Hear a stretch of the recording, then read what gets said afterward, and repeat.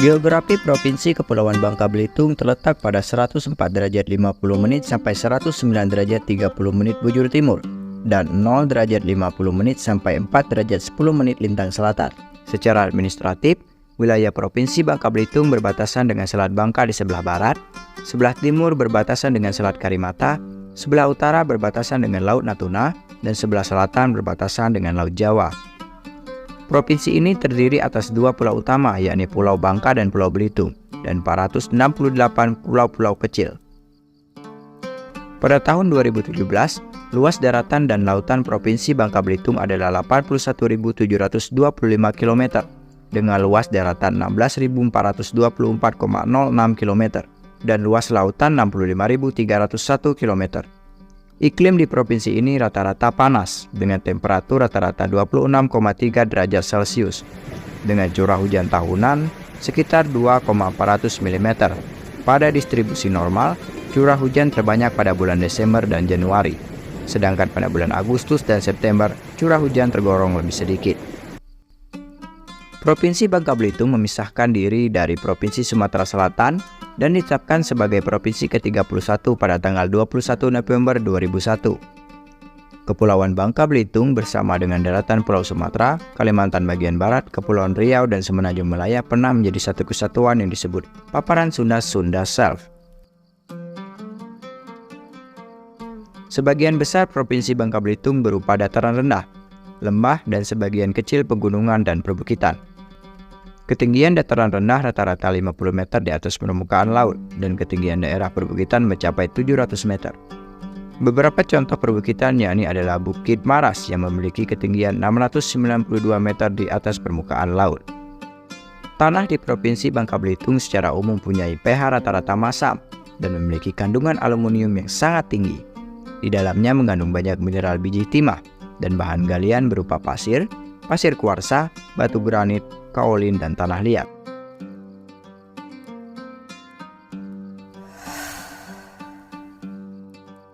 Penambangan timah. Bangka dan Belitung terletak di ujung selatan The South Asia Tinbelt Sabuk Timah Asia Tenggara yang membentang dari Myanmar, Burma Tengah, Thailand Barat, Thailand Selatan, Semenanjung Malaya Barat, Pulau Karimun, Pulau Kundur, Pulau Singkep, Pulau Bangka, Pulau Belitung, Selat Karimata, dan berakhir di Kalimantan Barat. Deposit timah aluvial kasiterit SNO2 ditemukan setelah pengupasan lapisan vegetasi di atas lapisan tanah dan memindahkan lapisan tanah yang tidak mengandung timah overburden. Ekstraksi biji timah dilakukan dengan menyemprotkan air dalam volume yang banyak dengan tekanan tinggi pada sedimen. Biji timah yang berat akan terpisah dari material ringan seperti pasir kuarsa karena gravitasi di berbagai seri mesin cuci atau JIG, meja bergoyang atau alat pemisah tradisional sakan. Sedimen yang tidak mengandung timah akan mengendap ke bagian yang lebih rendah dengan pH masam, bahkan di bawah 3.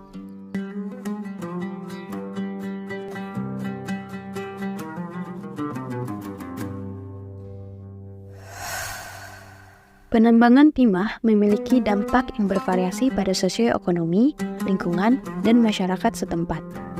Dampak penambangan timah yang pertama yaitu terhadap sosioekonomi. Penambangan timah dapat meningkatkan perekonomian daerah dengan pertumbuhan pendapatan dan bisnis yang cepat. Ini tercermin dalam pertumbuhan jumlah kendaraan bermotor dan pajak yang meningkat. Namun, penambangan timah ini juga kerap kali mendatangkan konflik sosial antara penduduk lokal dan pendatang seringkali terjadi.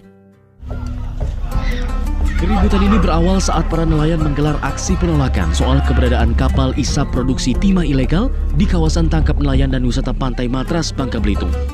Hal ini juga berdampak pada perubahan perilaku masyarakat, peningkatan tingkat putus sekolah, dan juga perubahan profesi dari nelayan dan petani menjadi penambang. Penambangan timah juga mempengaruhi hasil tangkapan ikan di sekitar wilayah penambangan. Dampak penambangan timah yang kedua yaitu terhadap lingkungan. Penambangan timah mengubah bentang alam dengan bertambahnya luas lahan kritis, meninggalkan lahan bekas tambang dan kolong. Dampak serius terjadi pada sifat-sifat tanah dan fraksi pasir dalam tekstur tanah. Konsentrasi unsur-unsur seperti fosfat, kalium, dan natrium lebih rendah di lahan bekas tambang, dan konsentrasi ini cenderung meningkat seiring berjalannya waktu. Kemudian kondisi lahan bekas tambang ditandai dengan karbon organik yang rendah dan kapasitas tukar kation yang sangat rendah. Suhu permukaan tanah mencapai tingkat yang sangat tinggi hingga mencapai 45 derajat Celcius di siang hari. Kemudian penambangan timah juga berdampak di lepas pantai. Penambangan timah lepas pantai berdampak pada kualitas udara dalam peningkatan total padatan terlarut dan laju sedimentasi yang tinggi. pH udara menjadi lebih masam dan terjadi penurunan signifikan pada kandungan oksigen terlarut. Terdapat peningkatan konsentrasi logam berat timbal atau Pb di lingkungan laut, sementara konsentrasi kadium dan seng tetap dalam batas normal.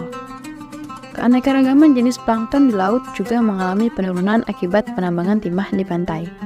Nah, dampak-dampak ini menunjukkan perlunya tindakan pengelolaan dan mitigasi yang cermat untuk menjaga keseimbangan antara manfaat ekonomi, pelestarian lingkungan, dan kesejahteraan masyarakat yang terlibat dalam penambangan timah.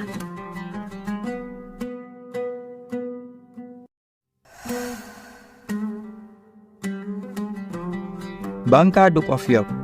Pulau Bangka berkembang menjadi pulau strategis sejak abad ke-7. Terdapat prasasti persumpahan didirikan di kota Kapur 686 Masehi, yakni menjelang kerajaan Sriwijaya mencoba menaklukkan tanah Jawa. Disebutkan bahwa tidak ada pengaruh langsung kerajaan Sriwijaya di Pulau Bangka, kecuali daerah kecil kota Kapur pada abad ke-7. Sriwijaya lebih memperhatikan perdagangan dibandingkan perluasan kekuasaan.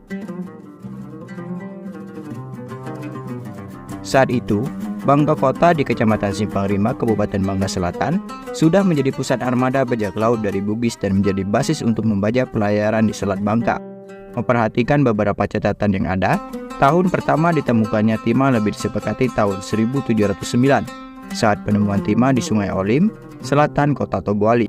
Setelah pemisahan antara sistem pemerintahan dan sistem penambangan timah tahun 1913, ibu kota Keresidenan Bangka pindah dari Mentok di Kabupaten Bangka ke Pangkal Pinang. Sebelum era penambangan timah, Pulau Bangka tidak diminati secara ekonomi.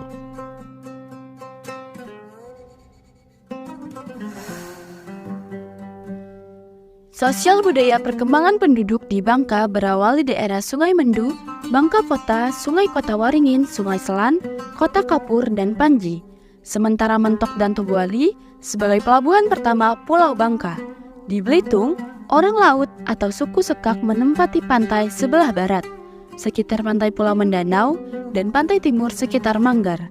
Pada awalnya, orang laut mencari makanan dari laut, sedangkan orang yang tinggal di hutan atau orang gunung mencari makanan dari hutan atau daratan di sekitarnya. Setelah Kesultanan Palembang mulai berpengaruh, masyarakat Melayu dari Minangkabau dan Riau datang ke Bangka, di samping masyarakat dari Pontianak dan Jawa. Orang Melayu menangani sektor perdagangan dan disebut sebagai submasyarakat yang termaju di antara kelompok orang laut, orang gunung, dan Melayu dalam pola kehidupan bermasyarakat. Selain masyarakat asli Pulau Bangka dan Belitung, telah ada masyarakat Cina yang masuk sebagai tenaga kerja dan sebagai pedagang. Pada awal abad 18 hingga awal abad 20, ribuan pekerja tambang dari Cina masuk ke Bangka dan Belitung. Pada periode tertentu, mereka memperkenalkan teknologi penambangan baru seperti pacul,